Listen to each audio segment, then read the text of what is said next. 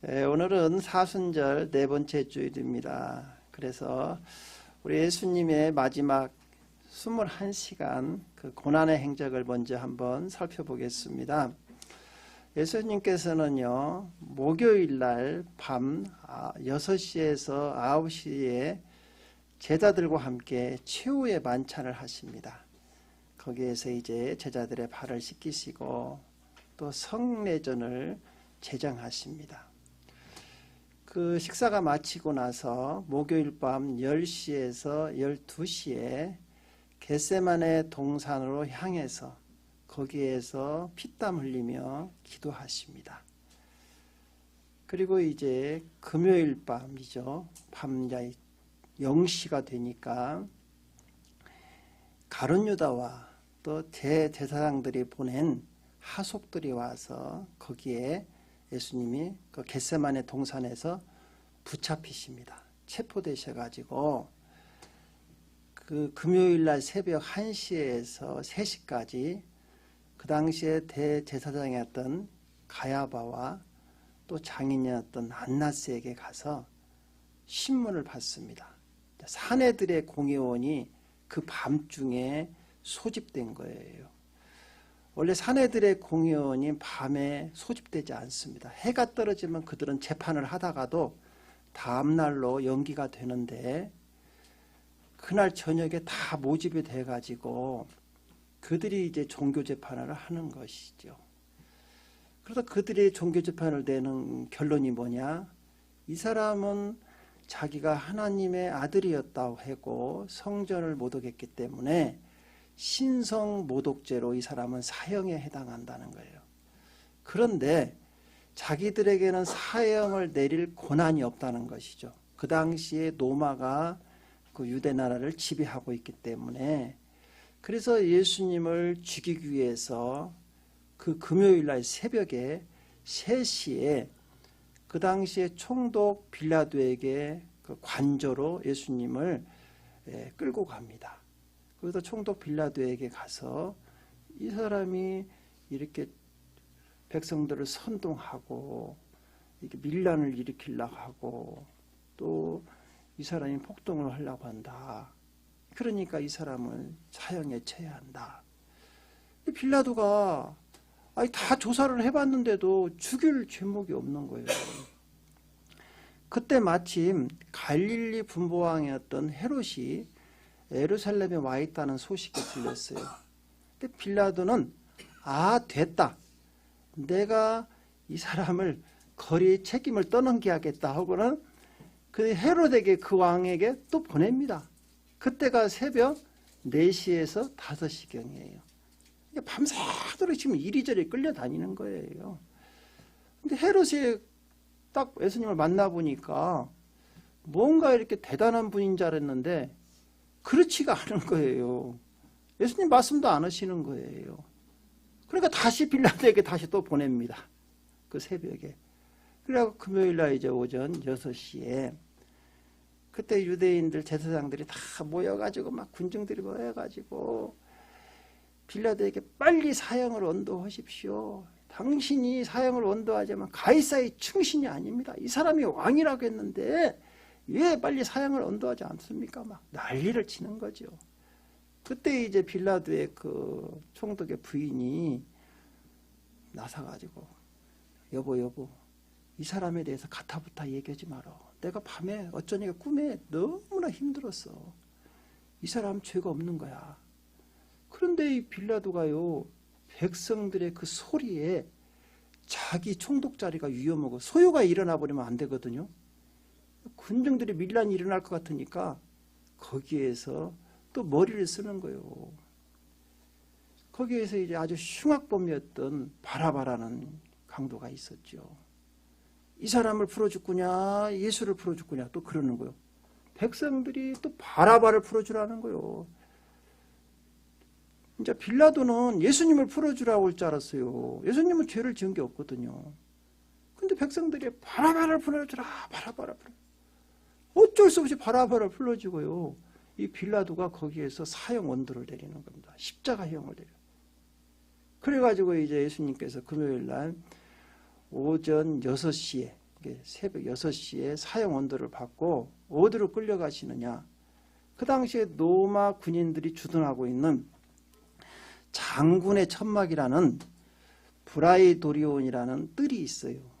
군병들이 이렇게 진영 군대들이 파견되면 그 뜰에서 이렇게 야영을 하고 숙소를 하잖아요.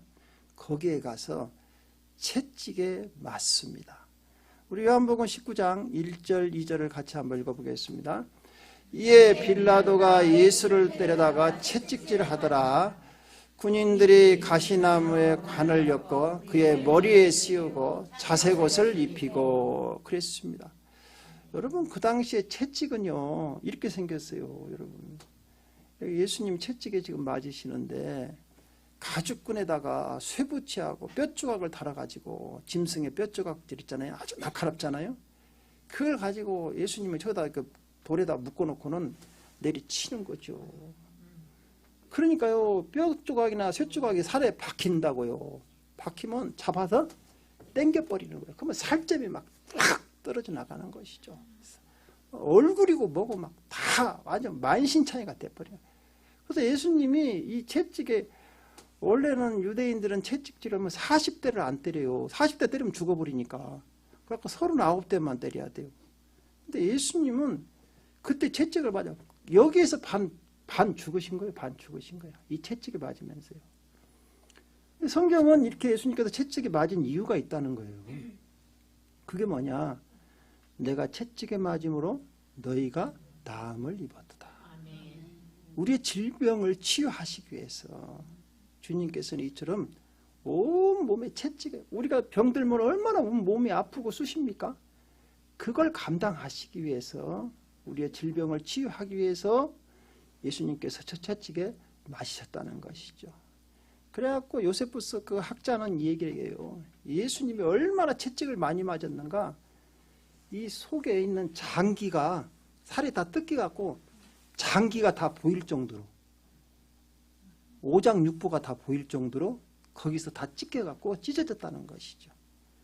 그런데 여기서 끝나지 않아요. 또 로마 군병들이 또 예수님을 조롱하면서 네가 왕이라면서, 왕이면 왕관이 있어야 할 거 아니냐 이러면서 옆에 있는 가시나무에서 그 가시나무 그 줄기들을 끊어가지고 왕관을 만들었고 얼굴에다가 가시면류관을 확 씌워버린 거예요. 그러니까 머리에서 어떻게 됩니까? 가시들이, 온 가시들이 다 박혀가지고 거기에서 피가 막 줄줄줄 흘리는 것이죠.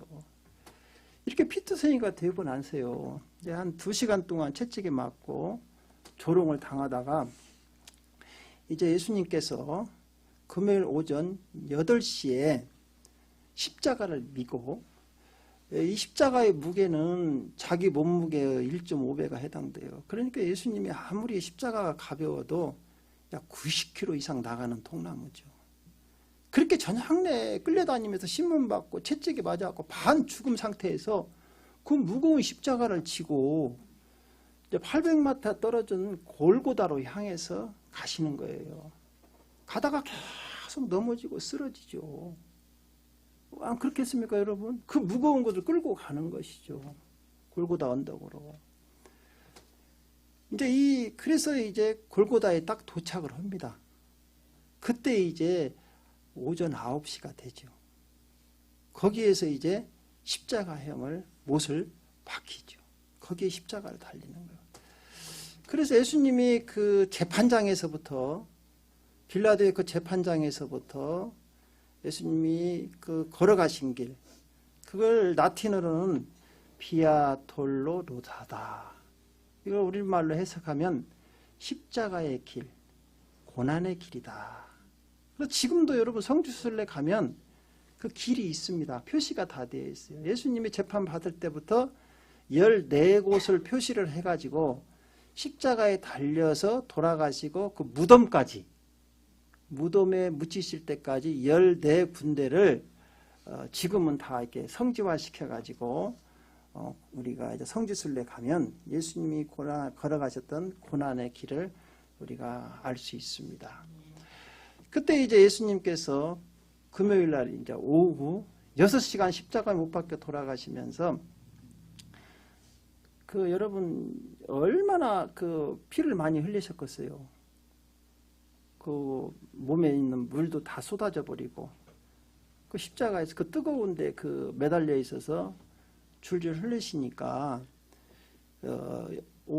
금요일날 이제 오후 3시가 돼서 이제 그때 운명을 하시기 직전입니다. 여러분 그때 이제 우리 예수님께서 내가 목마르다 하고 절규를 하시는 것이죠. 왜 사람은요 이렇게 출혈이 많으면요 심한 목마름에 갈증이 일어나죠. 우리 몸은 약 70%가 물이지 않습니까? 그래서 여러분 의사들은 이렇게 이야기를 해요. 우리 몸에서 약 1, 2%에만 물이 부족해도 탈수 현상이 일어난답니다. 목에 갈증을 느낀다는 것이죠. 4%가 빠져나가면요 근육이 피로감을 느낀대요. 근데 12%가 빠져나가 버리면요 몸이 무기력 상태가 돼갖고 몸을 유지하기가 힘들답니다. 그리고 20%가 빠져나가면요 의식을 잃고 결국 사망까지 이르게 된다는 것이죠. 그러니까 예수님께서는요 그 전날 저녁부터 잡혀가지고 계속 끌려다니면서 물 한 모금 제대로 못 먹고 그렇게 물과 피를 다 쏟아내시면서 십자가에 달리셨으니까 여러분 얼마나 갈증이 심했겠냐 이거죠. 얼마나 갈증이 심했겠냐. 그래서 오늘 우리가 읽은 이 본문 말씀은 십자가에서 이제 돌아가시고 운명하시기 직전 오후 3시에 하신 말씀이에요. 우리 요한복음 19장 28절을 같이 한번 읽어보겠습니다. 그후에 예수께서 모든 일이 이미 이루어진 줄 아시고 성경을 응하게 하려 하사 이르시되 내가 목마르다 하시니 그랬어요. 내가 목마르다. 그러면서 오늘 십자가에서 하신 가상 7언 중 5번째 말씀입니다. 그래서 오늘은 이 말씀을 우리가 한번 깊이 생각하면서 은혜를 나누려고 합니다. 첫 번째, 예수님께서 왜 목마르다고 하셨느냐? 예수님이 참 사람이시라는 뜻이에요. 여러분, 예수님은 참 하나님이시면서 참 사람이십니다. 예수님은 하나님의 아들이시면서도 참 사람으로 이 땅에 오셨어요. 그래서 요한일서 5장 20절은 우리에게 이렇게 말씀하고 있습니다. 또 아는 것은 하나님의 아들이 이르러 우리에게 지각을 주사 우리로 참된 자를 알게 하신 것과 또한 우리가 참된 자 곧 그의 아들 예수 그리스도 안에 있는 것이니 그는 참 하나님이시요 영생이시니라 그랬어요. 예수님은 하나님이십니다. 참 하나님이시죠. 이 참 하나님이 우리 인류를 구원하기 위해서 인간의 몸을 입고 이 땅에 오셨어요. 이걸 인카네이션이라고 하는데 여러분 하나님이 인간의 몸속으로 들어온 거예요. 하나님이 들어오셔. 만유보다 크신 하나님이 인간의 몸을 입고 그 속에 들어오셨다는 것이죠. 그래서 하나님이 오실 때 아담의 후손이 아닌 여자의 후손으로 오셔야만이 우리를 구원하실 수 있기 때문에 성령으로 동정녀 마리아에게서 잉태된 거예요. 우리 누가복음 1장 35절을 같이 읽어보겠습니다. 천사가 대답하여 이르되 성령이 내게 임하시고 지극히 높으신 이의 이름으로 나실 바 거룩한 이는 하나님의 아들이라 일컬어지리라 그랬어요. 성령으로 잉태됐어요. 그래서 마리아의 몸을 빌려서 이 땅에 오신 것이죠.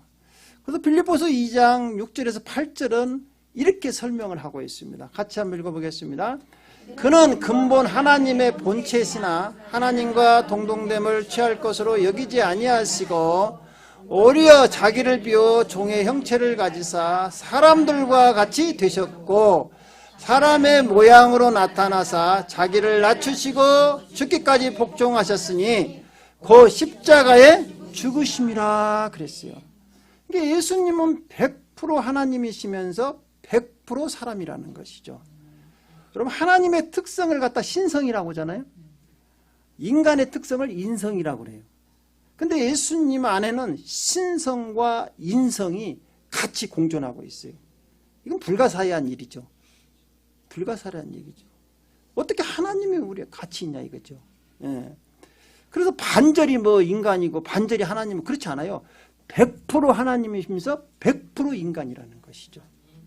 그래서 사도 바울은 이걸 가려서 경건의 비밀이 너무 크다. 이야, 이건 사람의 지식으로는 지혜로는 알 수 없는 사건이다 해서 디모데전서 3장 16절은 우리에게 이렇게 말씀하고 있습니다. 크도다 경건의 비밀이여 그렇지 않다는 이 없도다. 그는 육신으로 나타나신 바 되시고 영으로 의롭다 하심을 받으시고 천사들에게 보이시고 만국에서 전파되시고 세상에서 믿음 받으시고 영광 가운데서 올리셔졌느니라 그랬어요. 아멘. 여러분, 하나님은 목마르지 않습니다. 하나님은 목마르지 않아요. 영은 목마르지 않아요. 천사도 목마름이 없어요. 우리도 나중에 천국에 이제 올라가면 변화돼 가지고요 영원히 목마르지 않습니다. 우리 요한계시록 7장 16절은 우리에게 이렇게 말씀하고 있습니다. 그들이 다시는 줄이지도 아니하며 목마르지도 아니하고 해나 아무 뜨거운 기온에 상하지도 아니하리니 그렇습니다. 그런데 예수님이 이 땅에 오셔서 참 사람으로 오셨기 때문에 예수님은 이 땅에서 굶주리시고 우리와 똑같이 목말라 하셨다는 것이죠. 우리 마태복음 4장 2절을 보면 40일을 밤낮으로 금식하는 후에 줄이신지라 그랬어요. 예수님이 가연스를 주장하는 사람들 같이 예수님은 하나님이시지만 그분은 우리 인간이 아니다. 가연스를 주장했어요. 그런 사람들은 틀렸다는 것이 예수님이 이 땅에 오셔서 우리 인간을 똑같이 몸을 입고 굶주리시고 목말라 하셨다는 것이죠. 그리고 예수님은 몸이 있기 때문에 피곤하셨어요. 그래서 요한복음 4장 6절에도 보면 거기 또 야곱의 우물이 있더라. 예수께서 길 가시다가 피곤하여 우물 곁에 그대로 앉으시니 때가 6시쯤 되었더라 그랬어요. 여기서 보십시오. 예수님이 하나님이시고 사람이 아니면 배고플 일도 없고 목마를 일도 없고 피곤할 일도 없다는 것이죠. 그러나 예수님이 사람이셔야만이 우리 인류를 구원할 수가 있습니다. 우리 인류를 대신해서 죽어야만이 우리 인류의 모든 죄를 속량하실 수 있기 때문에 참 인간이야만이 예수님이 우리를 구원하실 수 있는 거예요. 그러니까 뭐 가연설을 주장하는 그런 사람들 같이 하나님이신 것을 알겠는데 사람이 아니다. 그렇잖아요. 오늘 우리 말씀에서도 어떻게 말씀하십니까? 내가 목마르다. 절규를 하시는 것이죠. 그래서 예수님은 우리와 똑같이 배고프고 목마르고 피곤하고 그 일을 다 이 땅에 오셔서 겪었어요. 그런데 우리하고 다른 점이 하나가 있죠. 죄가 없으시더라. 히브리서 4장 우리 15절을 같이 읽어보겠습니다. 우리에게 있는 대제사장은 우리의 연약함을 동정하지 못하실 리가 아니요 모든 일에 우리와 똑같이 시험을 받으신 이로되 죄는 없으시니라. 죄가 없으셔야 우리를 대신해서 십자가에서 죽으셔야 우리의 죄를 속량하실 수 있기 때문입니다. 자, 그래서 예수님이 참 사람이라는 것을 증명했어요. 두 번째로는 예수님이 이처럼 십자가에서 목말라 하셨느냐. 그건 영적으로 지옥의 목마름을 고통을 손손 체험하신 거예요. 여러분, 우리 예수님은 죄가 없으시기 때문에 지옥 갈 일은 없죠. 그런데 지옥의 목마름을 십자가에서 겪으셨다는 것이죠. 여러분, 지옥은요 유황불이 펄펄 끓는 불못입니다. 불구덕이라는 것이죠. 요한계시록 우리 19장 20절을 같이 읽어보겠습니다. 짐승이 잡히고 그 앞에서 표적을 행하던 거짓 선지자도 함께 잡혔으니 이는 짐승의 표를 받고 그의 우상에게 경배하던 자들을 표적으로 미혹하던 자라. 이 둘이 산채로 유황불 붙는 못에 던져지고 유황불이 펄펄 끓는 그 지옥불에 여러분 들어가면은요 거기는 너무 뜨거우니까 고통이 이만저만이 아니죠. 여러분 불의에서 여러분 우리 한국 사람들은 또 뜨거운 걸 좋아했고 불가마 그러잖아요. 여러분 불가마 들어가는 건 좋은데 물이 없다고 생각해 보세요. 바깥에서 문을 잠궈버렸다고 한번 생각해 보세요. 끔찍하지 않습니까? 영원히 나오지 말라고 바깥에서 문을 잠궈버리면. 근데요, 그 불가마에 들어가도 아주 이건 상상도 하기 싫은 일인데 유황불이 펄펄 끓는 데에서 영원히 거기에서 절규하며 고통을 당하나 죽고 싶어도 죽을 수가 없다는 거예요. 근데 거기에 물이 없다는 거예요. 물이 없다는 거예요. 여러분 누가복음 16장 23절 24절에 보면 부자가 음부로 떨어졌어요. 거기에서 이 불꽃 가운데서 고통당하는데 뭐가 없다? 물이 없다. 이렇게 고통 가운데 있게 절규합니다. 우리 23절 24절을 읽어보겠습니다. 그가 음부에서 고통 중에 눈을 들어 멀리 아브라함과 그의 품에 있는 나사로를 보고 불러 이르되 아버지 아브라함이여 나를 긍휼히 나사로를 보내어 그 손가락 끝에 물을 찍어 내 혀를 서늘하게 하소서. 내가 이 불꽃 가운데서 교류하나이다. 보십시오 여러분. 거기 지옥에 떨어진 분이 불꽃 가운데 너무 뜨거우니까 절규를 하는데 딱 낙원에 보니까 아이고 자기 집 앞에 있던 나사로가 있네. 거지 나사로가 품 안에서 편안하게 쉬고 있는 거예요. 이야 여러분 생각 한번 해보십시오. 이 땅에서는 거지로 살았는데 예수 잘 믿고 천국에 가서 앉아 있는 거야. 자기는 뭣도 모르고 이 땅에서 즐기면서 막 방탕하고 살았는데 알고 보니까 지옥에 앉는 거예요. 딱 보니까 낙원이 보여. 근데 거기에 나사로가 있으니까 너무 반갑잖아요. 아는 얼굴이라도 있으니까 야 나사로 야 나 몰라 나 야 그런데요 낙원에서는 지옥이 안 보여요. 지옥에서는 낙원이 보여. 거기에서 뭐라고 하니 아브라함이야. 이건 예수님을 부르는 거예요. 예수님. 나사로 좀 여기 좀 보내가지고 그 물도 한 잔도 아니야. 뭐라고요? 손끝에다가 내 혀 좀. 혀가 얼마나 말려 들어가면 여러분 목마름 겪어보셨죠? 겪어보셨잖아요. 여러분 뭐 물이 없으면 어때요? 혀가 막 말려 들어가는 고통을 당하면서 내 혀 좀 서늘하게 해주세요. 내 혀 좀. 근데요 그 고통이 끝나는 게 아니라 언제까지요? 이야, 여러분 생각해. 자다가도 여러분 끔찍하지 않습니까 이거? 이게 지옥이에요.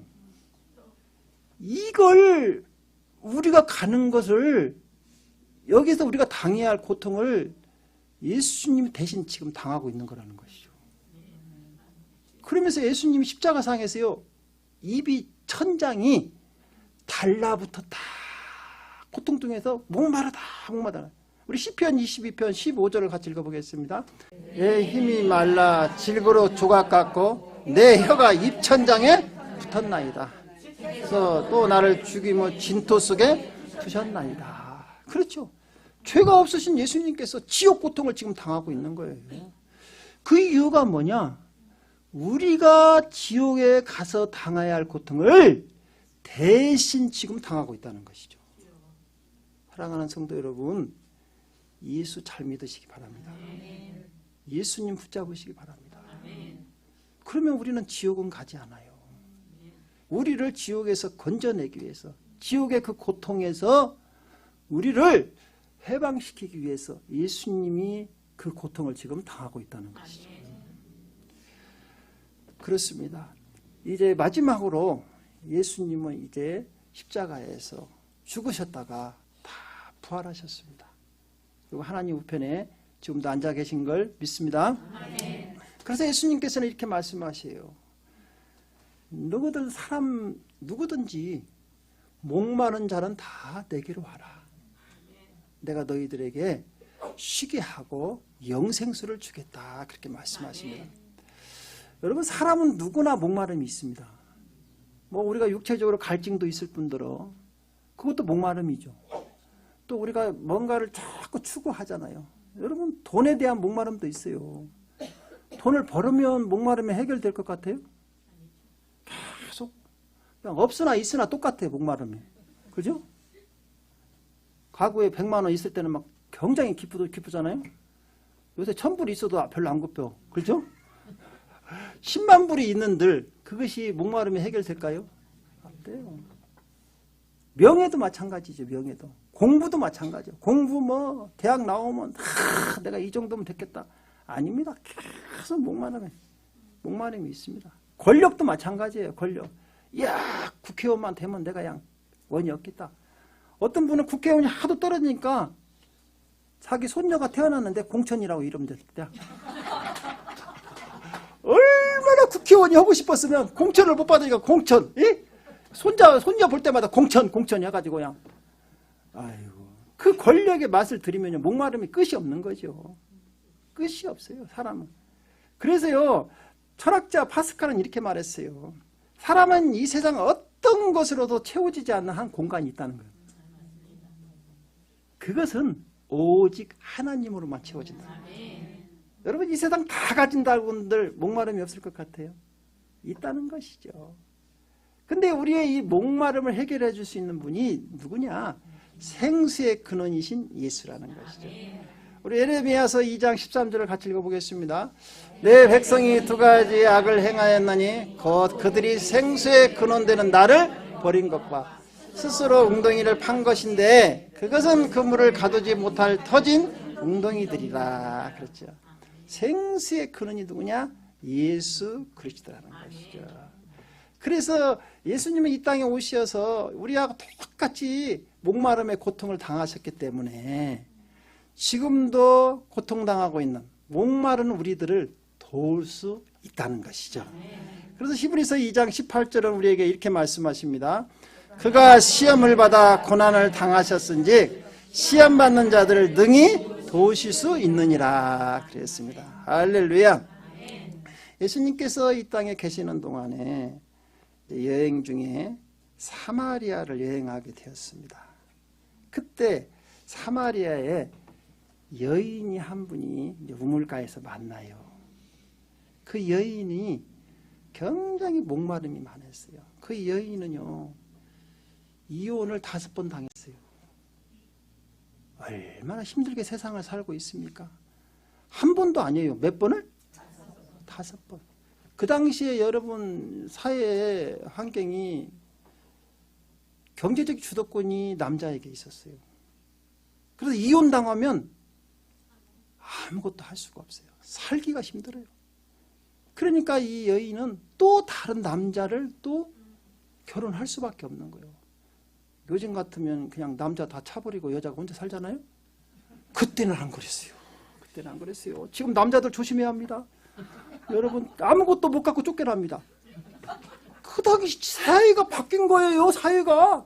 그 당시에는 여자들이 아무것도 못 받고 쫓겨났어요. 살 수가 없으니까 또 이 남자 또 만나고 그 남자도 또 채버리고 이번에는 좀 돈 있는 남자 만나봐야겠다. 아이고 안 돼. 돈 있고 무식하니까 안 되겠다. 이번엔 좀 배운 사람 좀 만나봐야겠다. 아이고 이 자식은 빈깡통이다. 아이고 돈 있어야지 머리만 들어갖고 뭐 어떻게 사냐. 다른 사람 만났는데 몇 명이요? 5명. 그런데도 만족함이 없는 거야. 갈증이 심한 거예요. 그 여인을 우물가에서 만나요. 그 여인의 갈증을 해소해 줍니다. 너 세상 것으로는 네 목마름을 해결할 수가 없는 거야. 그러면서 이 여인의 목마름을 해결해 주시는데 요한복음 4장 13절 14절을 같이 읽어보겠습니다. 예수께서 대답하여 이르시되 이 물을 마시는 자는 다시 목마르려니와 내가 주는 물을 마시는 자는 영원히 목마르지 아니하리니 내가 주는 물은 그 속에서 영생하도록 솟아나는 샘물이 되리라. 할렐루야. 예수님이 주시는 우리 인간이 채워지지 않는 공간을 예수님이 우리 안에 들어오시면 여러분 모든 것에 감사하고 만족하고 기뻐하고 그렇지 않습니까? 자족하는 마음이 생긴다는 것이죠. 예수님이 없는 사람은요 아무리 많이 가진들 채워지지 않아요. 솔로몬이 뭐라고 얘기했습니까? 헛되고 헛되고 헛되도다. 인생 돌아보니까 솔로몬도요, 가질 대로 다 가져봤어요. 과수원도 엄청 많이 심었대야. 또 동물들도 엄청 많이 길러봤대야. 궁궐도 뭐 최고로 지어봤대요. 헛되고 헛되다. 하나님이 없는 인생은 이렇게 헛돼요. 예. 그래서 예수님께서 말씀하셨어요. 이 생수가 뭐냐? 오늘날 너희들에게 주시는 성령이라는 것이죠. 성령이 우리 안에 오시면 항상 기쁩니다. 샘솟습니다. 우리 요한복음 7장 37절 39절을 같이 읽어보겠습니다. 명절 끝나고 큰 날에 예수께 서서 저 이르시되 누구든지 목마르는 내게로 와서 마시라. 나를 믿는 자는 성경의 이름과 같이 그 배에서 생수의 강이 흘러나오리라 하시니 이는 그를 믿는 자들이 받을 성령을 가리켜 말씀하신 것이라. 예수께서 아직 영광을 받지 아니하셨으므로 성령이 아직 그들에게 계시지 아니하시더라 그랬어요. 그러나 지금 예수님께서 보내준 성령이 우리 안에 함께 하신 걸 믿으시기 바랍니다. 성령을 받으면 영원히 목마르지 않습니다. 항상 기쁨이 샘솟습니다. 주님 감사합니다. 촘하게 살아도 감사합니다. 이야, 저도 오늘 아침에 집에 여기서 오면서 이야, 하나님 감사합니다. 가서 설교할 교회가 있어서 감사합니다. 제가 오면서 보니까 너무 감사한 거예요. 그러잖아요. 야, 와서 보니까 또 계란이 잘 익고 있어요. 할렐루야, 하나님, 이 계란 또 얼마나 또 잘 익고 있는가. 이야, 제가 돌아다니면서 너무 감사한 거예요. 이야, 내가 무슨 일을 해서 이렇게 나한테 이런 축복을 해주시는가. 또 그나마나 더 큰 축복이 뭡니까? 하나님 말씀을 증거할 수 있는 목사로 세웠다는 것이죠. 그리고 즐거운 제자교회에서 여러분과 같이 좋은 성도들을 만나서 같이 신앙생활하는 거 너무 감사하지 않습니까? 이야, 진짜 다른 기도가 안 나오더라고. 오늘은 하나님 감사합니다. 내 목마른 것들 다 채워주시고 우리를 붙잡아 주시고. 이야, 사랑하는 성도 여러분, 오늘 그 예수님께서, 나를 만나주신 예수님께서 여러분도 예수님이 초청하고 계십니다. 목마른 자들아 다 내게로 오라. 우리 이사야서 55장 1절을 같이 읽어보겠습니다. 오라 너희 모든 목마른 자들아 물러 나오라. 돈 없는 자도 오라. 너희는 와서 사 먹되 돈 없이 값없이 와서 포도주와 젖을 사라. 그러면서 예수님께서 이렇게 약속하십니다. 나에게 나오는 자는 영원히 목마르지 않은 생수, 영생수를 주겠다. 우리 요한계시록 22장 17절을 같이 읽겠습니다. 성령과 신부가 말씀하시기를 오라 하시는도다. 듣는 자도 오라 할 것이요 목마른 자도 올 것이요 또 원하는 자는 값없이 생명수를 받으리라 하시더라. 아멘. 사랑하는 성도 여러분, 우리 예수님께서는 우리의 목마름을 채워주시기 위해서 십자가에서 그 목마름을 당하셨습니다. 오늘 우리에게 말씀하십니다. 너희가 목마를 때 내게로 나와라. 내가 너희들을 채우시고 영생수를 주겠다 약속해 주셨습니다. 이 영생수를 받아 누리시기를 주님의 이름으로 축원드립니다. 기도